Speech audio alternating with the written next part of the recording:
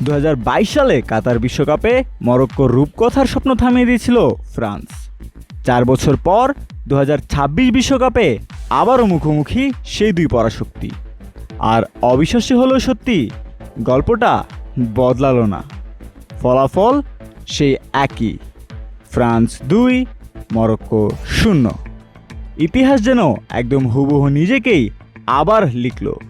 2022 সালে মরক্কো ছিল ফুটবলের সবচেয়ে বড় রূপকথা।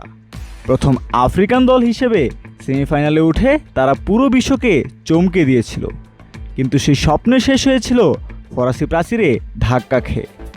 2026-এ উত্তর আমেরিকায় মরক্কো ফিরেছিল আরও শক্তিশালী, আরও পরিণত হয়ে।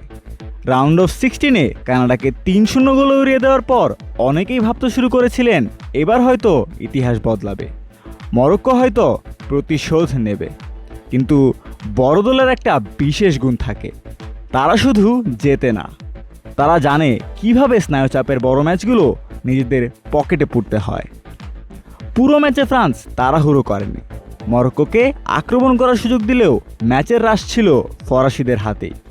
প্রথমার্ধে দেয়াল হয়ে দাঁড়িয়ে পেনাল্টি ঠেকিয়ে দেন ইয়াসিন বুনো, মরক্কোকে বাঁচিয়ে রাখেন ম্যাচে। কিন্তু দ্বিতীয়ার্ধে দৃশ্যপট বদলে দিলেন কিলিয়ান এমবাপ্পে।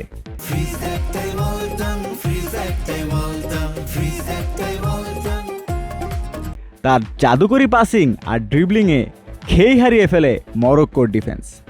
আর ঠিক কয়েক মিনিটের ব্যবধানে ওসমান ডেম্বেলের বুলেট গতির শট মরক্কোর কফিনে শেষ পেরেকটি পুঁতে দেয়। মজার বিষয় দেখুন, 4 বছর ব্যবধানে 2 বিশ্বকাপে মরক্কোর 2টি ভিন্ন প্রজন্ম মাঠে নামলো, কিন্তু বাধা হয়ে রইল সেই একই অভেদ্য প্রাচীর ফ্রান্স। এটা কি শুধুই কাকতালীয়, নাকি নকআউটের চাপ সামলানোর মনস্তাত্ত্বিক লড়াইয়ে ফ্রান্স বাকিদের চেয়ে অনেক বেশি এগিয়ে? ডিডিয়ে দেশমের এই দলটা টুর্নামেন্টের সবচেয়ে সুন্দর বা নান্দনিক ফুটবল খেলছে না, কিন্তু সবচেয়ে কার্যকরী ও নিখুঁত ফুটবল, সেই তালিকায় ফ্রান্সের উপরে কেউ নেই। বড় ম্যাচে তারা ভুল কম করে, সুযোগ নষ্ট করে না বললেই চলে, আর প্রতিপক্ষকে ঘুরে দাঁড়ানোর দ্বিতীয় সুযোগ দেয়ই না। অন্যদিকে মরক্কোর জন্য এটা হতাশার রাত হলেও লজ্জার নয় মোটেও। টানা 2 বিশ্বকাপে নকআউটের এই পর্যায়ে এসে তারা প্রমাণ করেছে 2022 সালের সেই সাফল্য কোনো ফ্লুক বা দুর্ঘটনা ছিল না। আফ্রিকার ফুটবল যে এখন বিশ্বমঞ্চের যে কোনো পরাশক্তিকে কাঁপিয়ে দিতে পারে, মরক্কো তার জীবন্ত প্রমাণ। আর ফ্রান্স, তারা টানা 3য়বারের মতো বিশ্বকাপের সেমিফাইনালে।